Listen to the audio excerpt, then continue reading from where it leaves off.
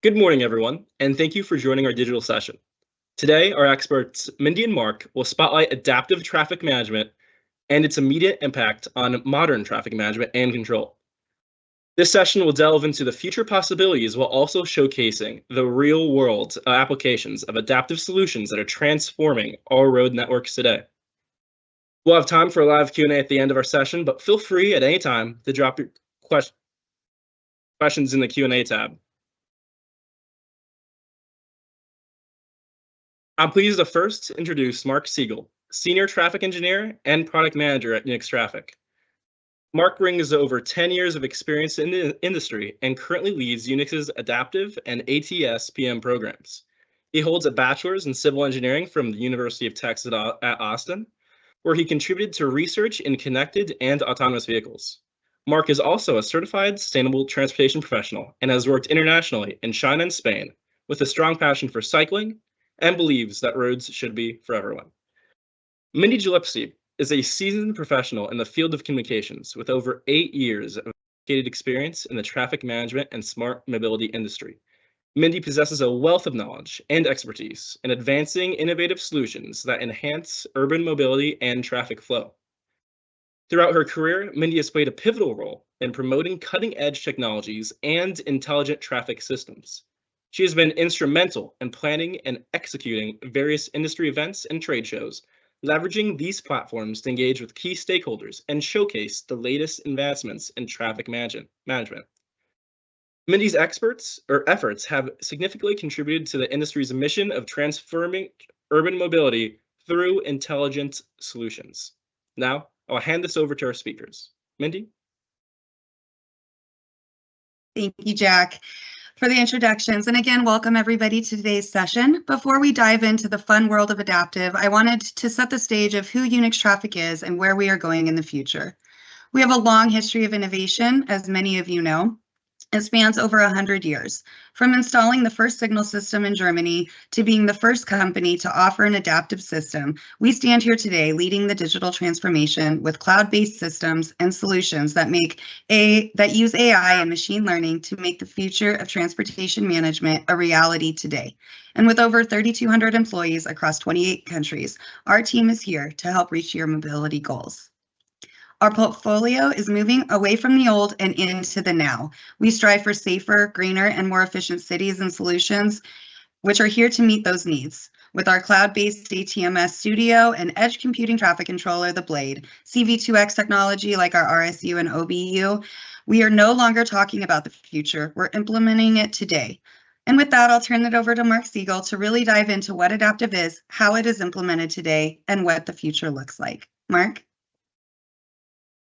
Thank you very much, Mindy, and good afternoon, good morning, wherever you are. I'm really excited to give a demonstration about our adaptive solution Fusion, and it's a great opportunity to hold a publicly available webinar to have a lot of folks that are interested in traffic, in transportation, because we all operate in our traffic environment, and it's important for us to kind of understand the basis of traffic engineering 101 before we go into what adaptive is.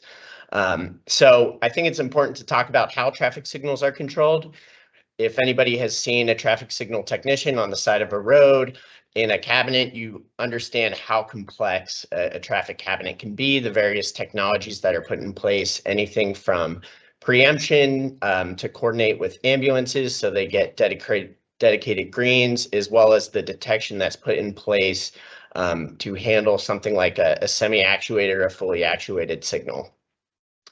So our basis for traffic signal technology is just a pre-timed typical time of day function, and it goes all the way from a traffic signal operating in flash, so that's functioning similar to an all red, a free operation, which you've probably seen towards the midnight hours, and that's when the main street just has a dedicated through movements, and then there's detection on the side streets that is triggered when a vehicle is present, all the way from semi-actuated to fully actuated, so having detection on your left turn movements, your through movements, and then adaptive technology, which is utilizing all of that detection equipment to modify the splits, which is the allocation of green time within the cycle. Cycle is the period with which all vehicles are getting served, and then the offset is the relationship between green lights between different signals.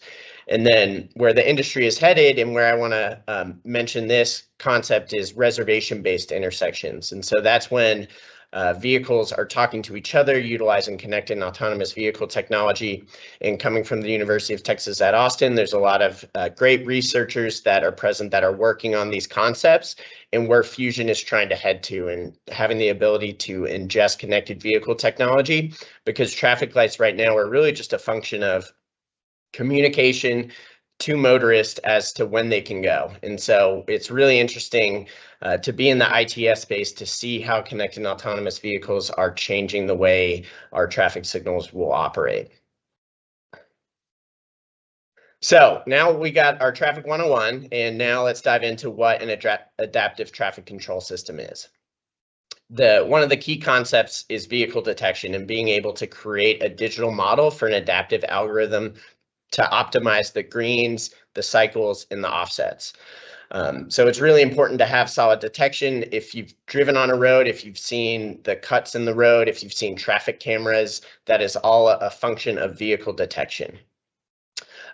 For those traffic signal techs that are on the call, you've seen some of the headaches with vehicle detection, and Fusion's going to address some of that, which we can talk about further. But once the vehicle detection is put into that digital twin, then a network can be optimized. There are some adaptive systems that just optimize a single intersection. However, ours is able to optimize a specific region, specific throughput movements. And then from there, the traffic engineer can control and review it, can create certain plans and KPIs or principles to adapt that system. And so it's important to know that Siemens was one of the first to install adaptive in the 1960s. So it's not a new technology. However, detection has gotten more sophisticated, and it's allowed us to do more with advanced technologies such as AI and machine learning. So with adaptive traffic lights right now, they currently only represent less than 1% of traffic lights. So if you're typically waiting at a red light and you don't see any cars on the opposing movement, it may be because that system is not adaptive. So why adaptive? And I have the level of service chart on the right-hand side, and I wanted to bring this up because as a traffic engineer who has seen the industry evolve, this is a typical metric that I've used in my career, but now it's becoming a little bit more obsolete. And I want to mention that because with our propensity for highways and car-centric travel, we've often wanted to maintain a level of service A or B and not get into the unstable force flow or a force flow of F, but it's important to note that we want to optimize our roadway and really have a stable flow of traffic being able to utilize our roadway effectively. And that's exactly what adaptive does, is it's able to maximize our roadway footprint. And then our adaptive technology is very unique because it's able to reduce delays for all vehicles. So in our urban environment, we're seeing more bike signals.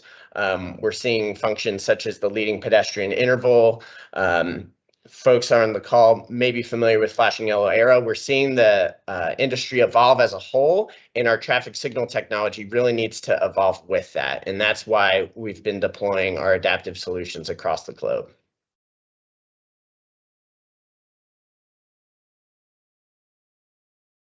So I think it's important to talk about where adaptive is most effective.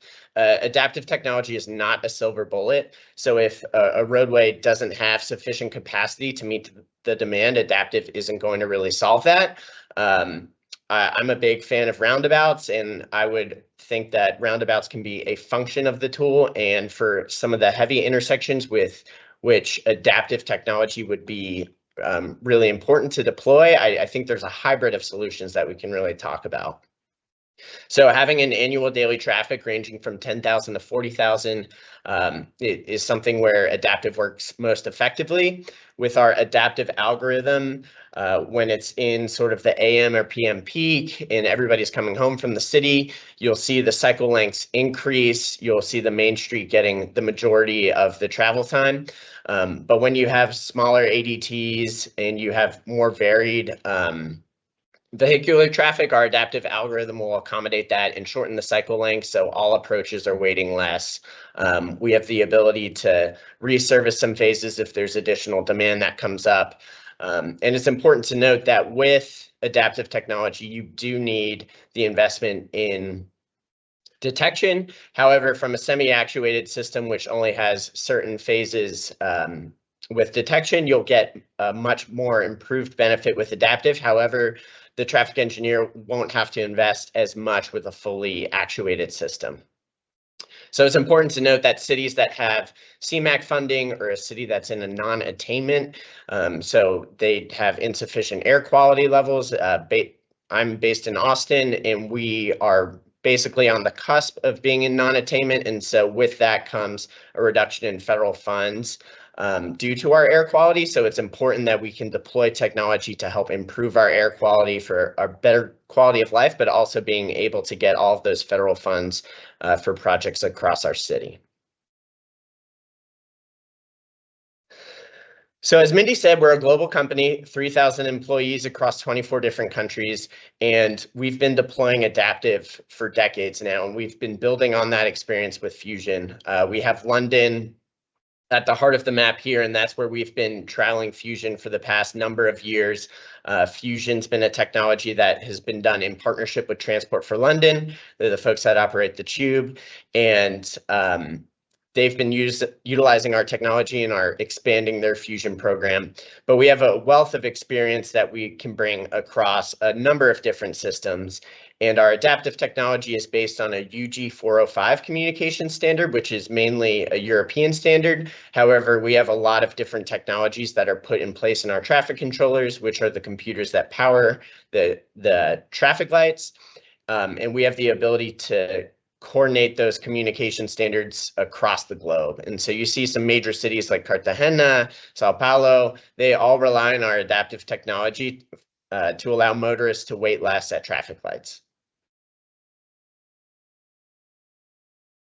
So let's talk about some specific use cases. And right here, it's important to note that adaptive is a really functional tool for a vital viaduct on your roadway. So for example, this is a corridor outside of Seattle. This is a bedroom community to Seattle. And what we're able to do is have a 55% improvement in travel time due to our adaptive system being turned on. And that was already with the traffic engineer having a really good offset period. As you can see earlier in the video that there was 3 lights spaced closely with each other, and the adaptive system having the ability to monitor congestion to make minor adjustments to the offsets or the green times allows for a substantial difference in what the traveling public will see in terms of improvement in travel time and having an improvement in arrival on green, which also correlates to less emissions. Here's another use case that the city of Ann Arbor has been utilizing. The city of Ann Arbor has embraced our adaptive solutions now for over 2 decades. And with that, they're powering the largest stadium in America, the Big House, where the Texas Longhorns will be playing in just 2 weeks. And I'm very excited for that. But with the Big House, it's over 110,000 people.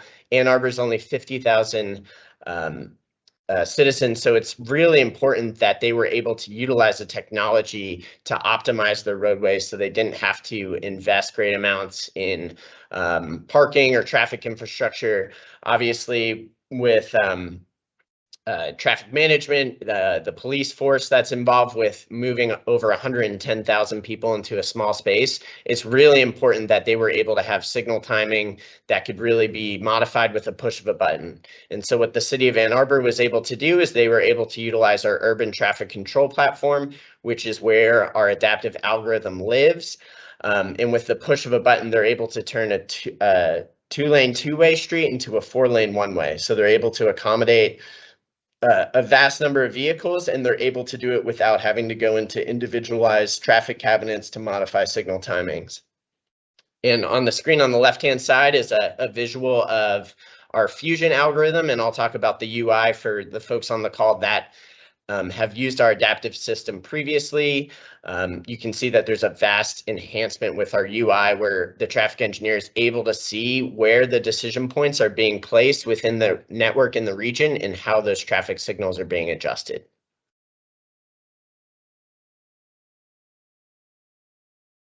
So now we've talked about a specific corridor, we've talked about a large event traffic, and now let's talk about how adaptive can lead to citywide mobility improvements and how a city can embrace adaptive and what those benefits are. So the city of Sandy Springs is just north of Atlanta. They have 330 miles of roadway, transit, and bike and ped facilities, and they were fortunate to invest in the communication with their traffic signals and have the fiber optic cables put in place to help lower the initial investment with adaptive. But with an 80% penetration rate with adaptive technology across their network, that's allowed them to utilize their roadway network effectively, but also invest in other things like a really robust trail network and other mobility improvements that they can have without having to rely on roadway expansions or any other complex investments such as signal retimings every couple of years, because they have the ability to constantly monitor, maintain, and make sure their systems are running effectively. And so that brings me to the Fusion algorithm, which has been currently in development for a number of years. It's a partnership with Transport for London, as I said. We've been testing it in Austin, where our US headquarters is in Austin, and we've been testing the Fusion algorithm there, but it has the ability to modify signal timings every 1 second and is able to use a search criteria to really find the optimal solution for a whole network.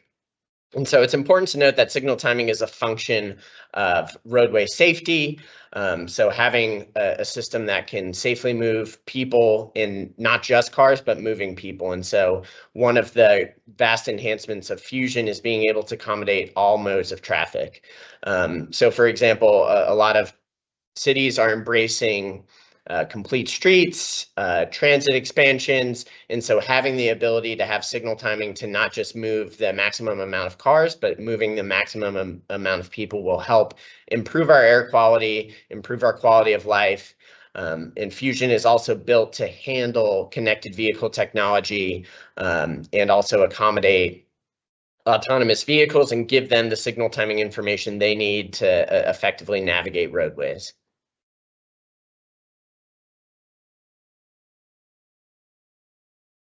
So here's 2 videos of our UI, and I'll talk about our algorithm in a second, but essentially it's a customized solution for your local traffic engineer. So your local traffic engineer has the ability to really put in place fixed offsets, certain parameters that are put in place, and essentially whatever Vision Zero plan or whatever policy they have in place, like minimizing pedestrian delay, they're able to do that within the Fusion UI. So if you can see on the bottom right-hand screen, we have a number of intersections that are currently being displayed and the decision points where the algorithm is constantly making minor tweaks to the green times, to the cycles, to the offsets to optimize the network. Something that we've invested heavily with our team is working to improve the UI. So we're able to create a digital environment where you can visibly see the queues of different approaches, how the queues are dissipating, what the arrival profile is like, and then also that KPI score. So the traffic engineer, they can make some minor adjustments if they get a call about congestion, they're able to toggle up that KPI score. However, the adaptive system should be able to accommodate it. I mentioned previously detector and detector faults, and what we've invested heavily in is being able to rely on historical patterns that our algorithm is constantly learning and tweaking to really make minor adjustments and then rely on those historical patterns in the event that detection does fail.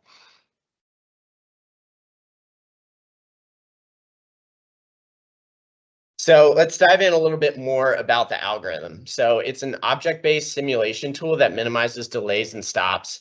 As I said before, it has specific prompts or rules that the traffic engineer can custom design. And so the Fusion algorithm generates millions of signal timing plans and picks the best cycle plan comparable to a genetic search algorithm. And so I mentioned before the traffic detection and digital twin, and we're really changing most adaptive algorithms, which is just vehicle detection. So for those that are familiar with traffic lights, you understand that our traffic light technology can accommodate a variety of vehicular traffic. So a traffic signal can either force off, it can max out or gap out, which is essentially, are there gaps in traffic? How is the signal functioning to, and how can the signal accommodate the different levels of traffic? And what Fusion has the ability to do is really incorporate that, but for all modes of transportation. So it's able to understand that there's 10 or 20 cyclists and we need to increase the bike signal time. Or if there's a bus coming in place that's running behind schedule and it's full of people, and so we need to ensure that it gets priority at this light. Fusion is able to ingest all of those different technologies to really maximize throughput. And so with that, we saw the reduction of journey times, and that's comparable to, do you have a current adaptive system? Is it time of day? And so you can have an increased benefit through that, as well as reduction of emissions associated with not waiting as much at traffic lights.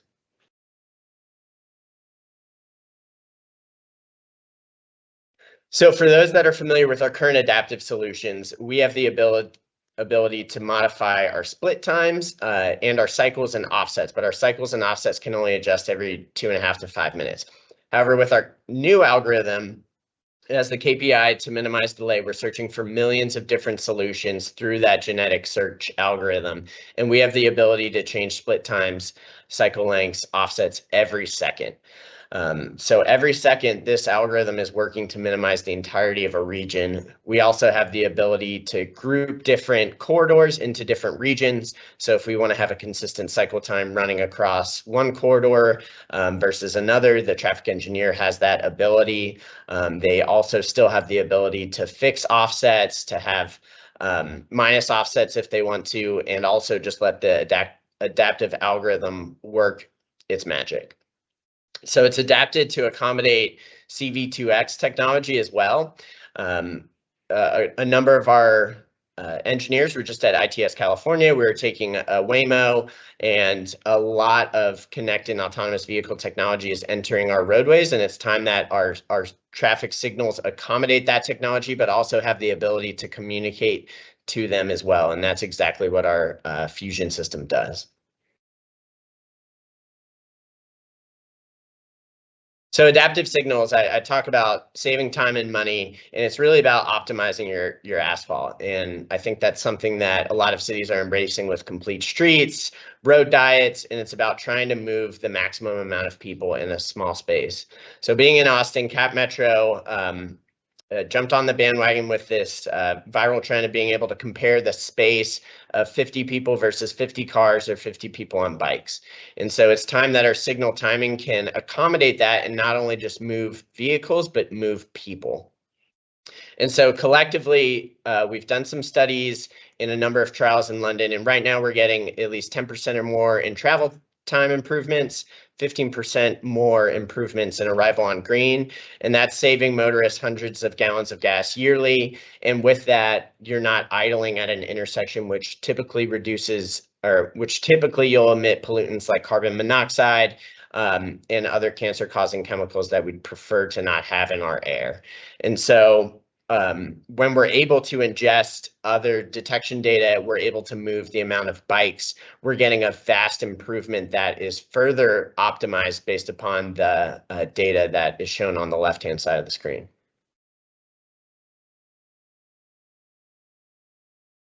So it's also important to note that Fusion can be customized to support your city's mobility needs, and we have a variety of different deployment options. We have a lot of cities in the US that like to operate their adaptive system routinely.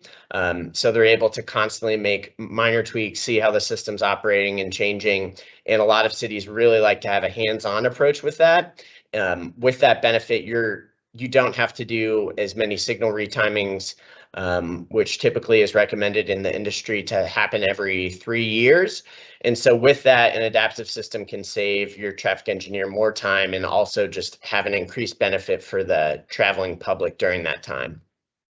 So we have one of our fusion specialists, Sakshat, who's on site working to deploy and train local engineers. However, we do have the ability to have a virtual traffic management center should your city need additional support, as well as intersection health check-ins to see how detection's functioning, if there were any adjustments that need to be made to optimize the adaptive algorithm. We have the ability to handle all of that.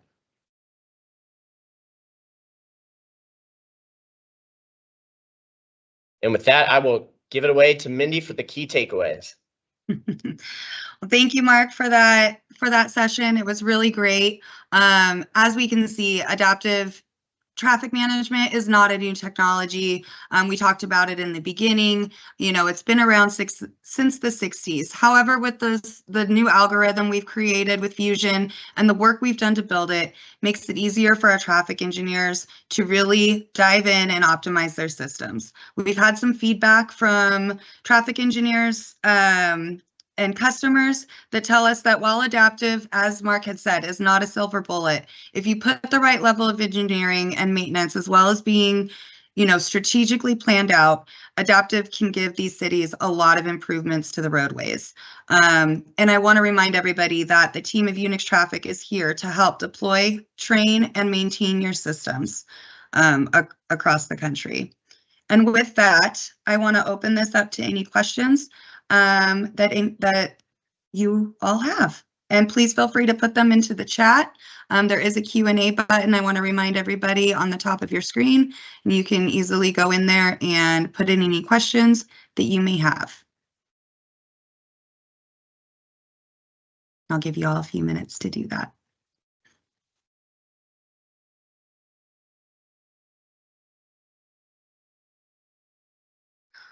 Well, I had somebody message me on the side here, and this question can go for Mark. Mark, how many deployments have you seen of Fusion in the US?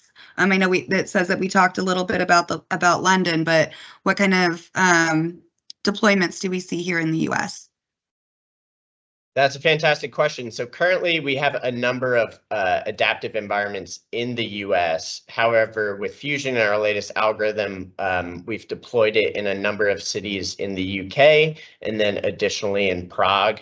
However, currently we are just in lab testing environment in the US. And so we are working with our early adopters that have utilized our adaptive system right now to embrace the technology. And the benefit of having our current adaptive system is we have an importer tool that's embedded to enable our current adaptive environment Scoot transfer over to Fusion. And so those signal timing plans have the ability to be directly imported, which will save a lot of time for our existing adaptive customers.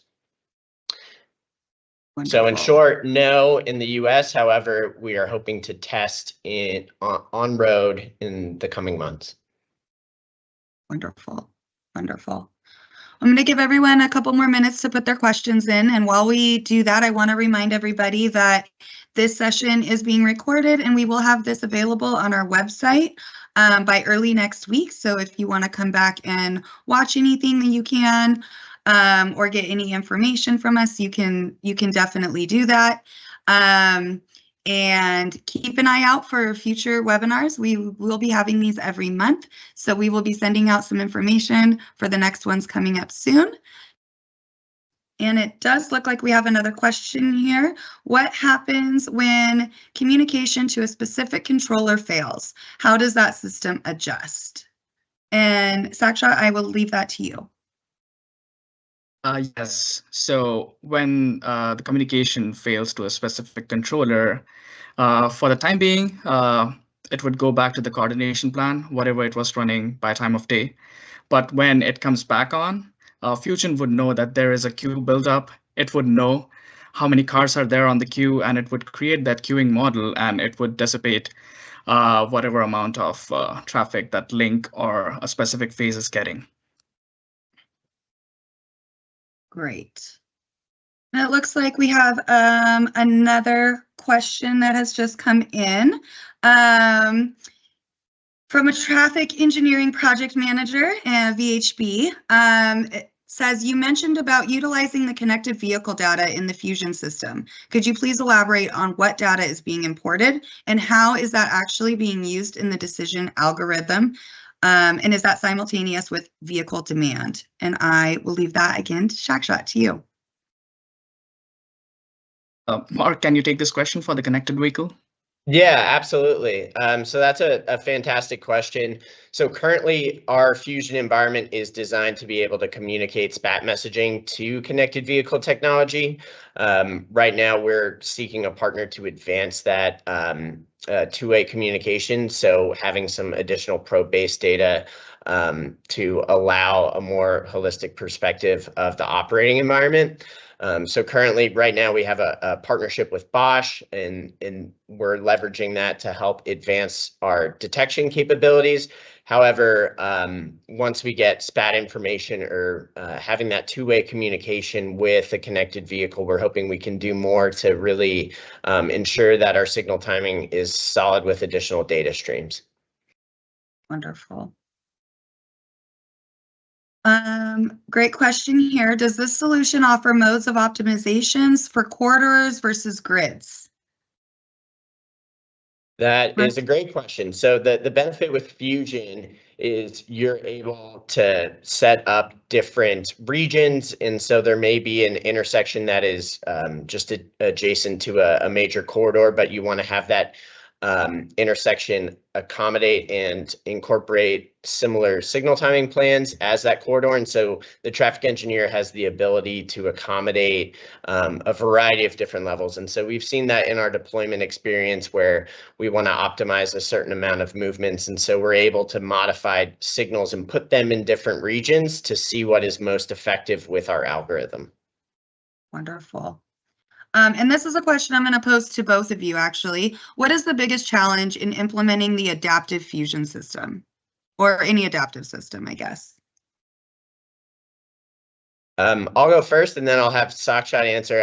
I think the biggest hurdle is having the detection that's put in place to really enable a successful adaptive system. And so we see that a lot of signals have detection that's put in place just for a low capital investment to just make the signal run effectively, but it does require effective communication, effective detection, and that capital investment isn't always there. And so that increases the hurdle for adaptive adoption. However, when it is there and it's working effectively, it's a lot easier to be embraced. However, what we've seen though, in some of our operating environments, we're having large trucks that are coming off of a freight corridor, and so that's impacting what detection is seeing.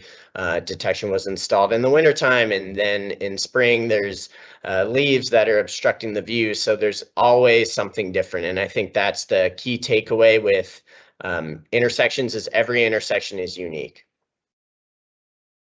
Awesome. Wonderful. Shakshot, did you have anything to add to that? I was just thinking maybe a different side. Yeah, so Mark was totally true about that. Also, in Fusion, there is one more thing that you can do is there's a feature called as turning movement counts. So if you want it to be like, let's say, if we don't have a right turn filter or a left turn filter, we can probably do some surveys and put in some values there so that like 50% of the cars will turn left. So you can put that number and it's going to adjust automatically. So gaps can be filled by data, and that's what Fusion is about. Wonderful. Mark, are there any cons in adaptive traffic systems? And if so, what would those cons be? So I would say adaptive is perfect and there are no cons. But that is not true, and I will be honest in the fact that adaptive isn't just a push of a button. It requires a team of engineers, it requires detection, and it requires an engineering team that really wants to embrace a new technology. And what we found is a lot of traffic engineers are just incredibly busy with their time.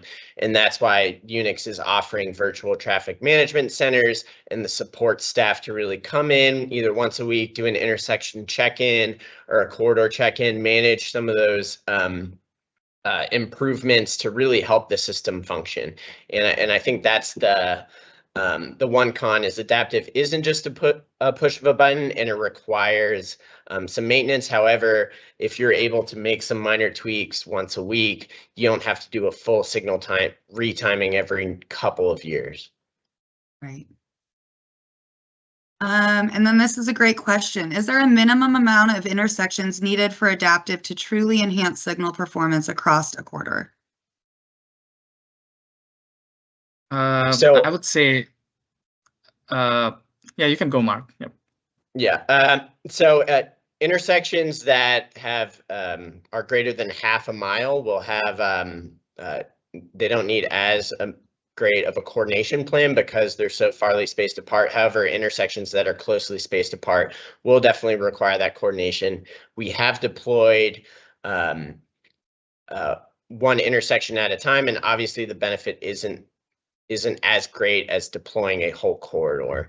So when we're deploying a whole corridor, you're able to kind of see, oh, like where did the traffic go? And we've gotten that comment a couple of times from traffic engineers, and that we're able to see traffic sort of flush out. But when we're just turning on one intersection of a corridor, we're able to see that while that intersection may not have as much traffic, it pushes that traffic downstream. So when we're working with our deployments, we're constantly providing recommendations as to how many signals should be installed. And typically, the traffic engineer will have a pretty firm understanding as to where they would want to apply adaptive.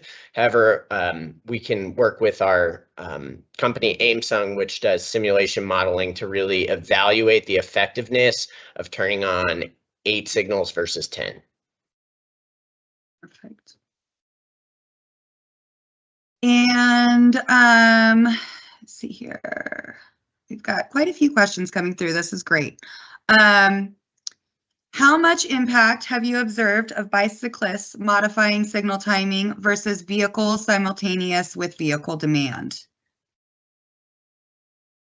That's a fantastic question. And as an avid cyclist and somebody who does social rides in Austin, we can see that traffic signal timing isn't accommodated for a large group of cyclists, right? And so with Fusion, we have the ability to have different modal priorities that the traffic engineer is able to accommodate. However, the detection technology needs to get there to be able to work with a group of 10 vehicles and 50 vehicles. And that's why we've leveraged those strategic partnerships with companies like Bosch to be able to detect large groups of pedestrians, vehicles. I attended a fantastic research webinar earlier this year, and they were able to create sort of an advanced zone for pedestrians. And so they're able to detect that a pedestrian is approaching an intersection. However, what they found is it's not always clear that the pedestrian is going to cross the main street or the side street. And so we don't necessarily want to put lanes in a sidewalk so a camera can detect when a pedestrian is going to cross the side street versus the main street, but that is a function of how technology is improving and being able to detect pedestrian patterns, cyclist patterns, and being able to incorporate all of those data streams into Fusion. And then from there, the traffic engineer can essentially toggle on and off how much they want to prioritize those movements. Awesome. Does the adaptive algorithm use classification to weight green time service? I'm assuming Vehicle you're referring. classification.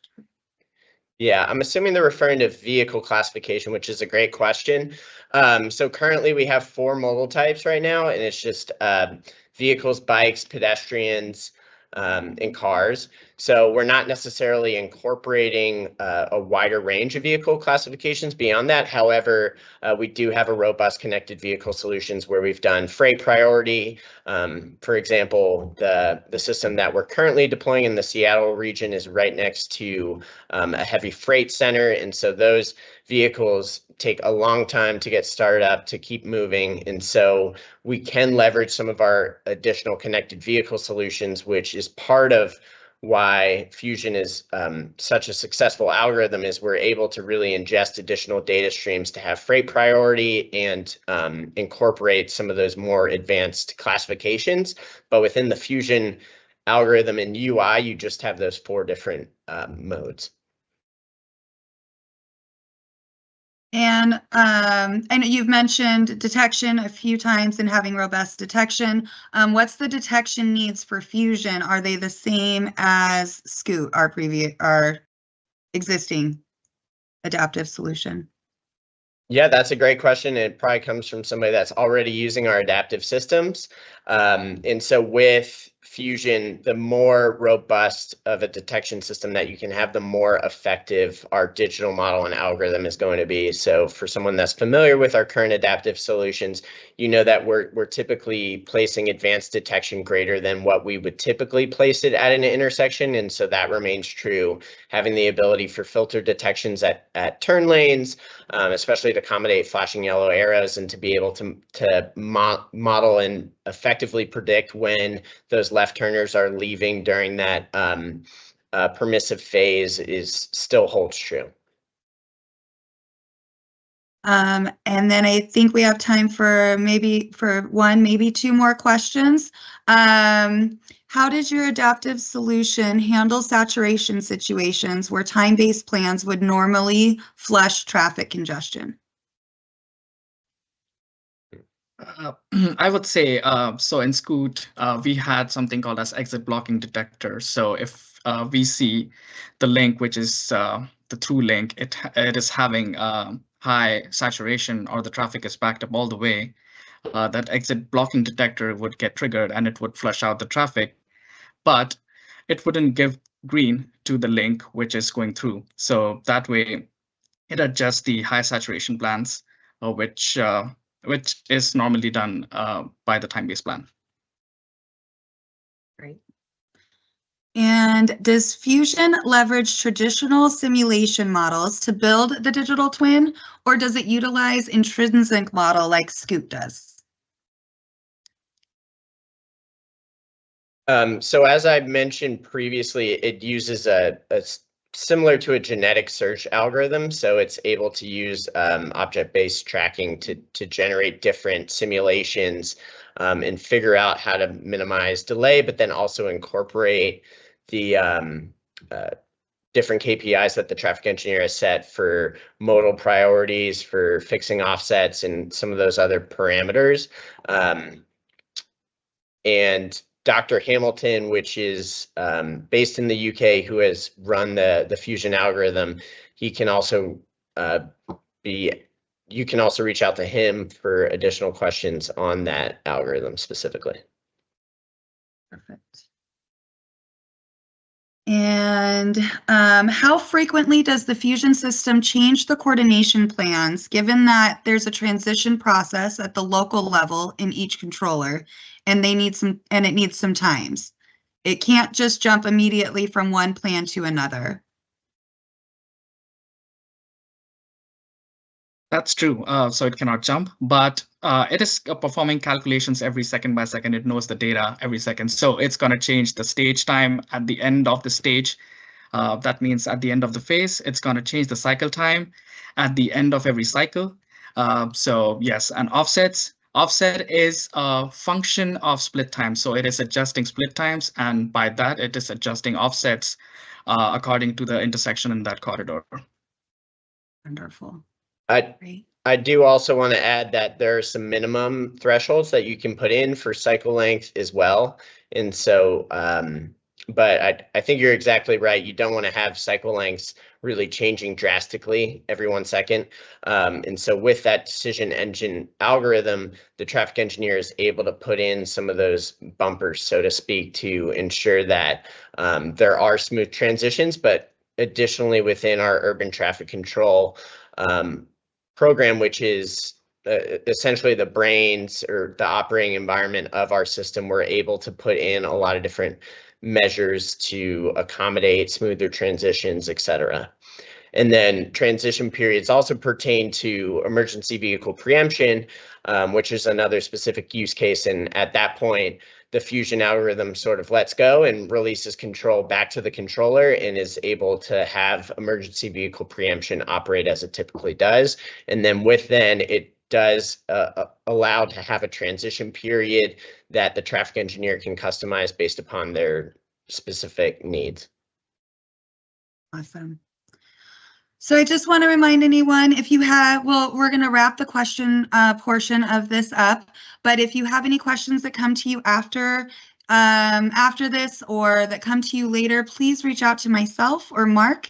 I will put up our information for you. You can scan our information and send us an email directly, give us a call. We're happy to help answer any of the questions that you may have or point you in the right direction. And I also want to remind everybody that we have a robust channel partner network who covers the entire US, and together with them, we are bringing first-in-class traffic management solutions to your city. Please be sure to reach out to our partners or contact us directly. We're really here to help find the right solutions to handle your mobility needs. And if you know a traffic engineer, a city planner, a consultant, or anyone who would like to demo one of our new adaptive system, please reach out. We'd love to get this in your hands and be able to show you, what this new algorithm can do and all of the benefits that it can bring to your city. So with that, I would like to thank everyone for joining us today. It's been a pleasure for us to talk about Fusion with you and adaptive solutions as a whole. And we're excited for our next webinar, and we will talk to you soon.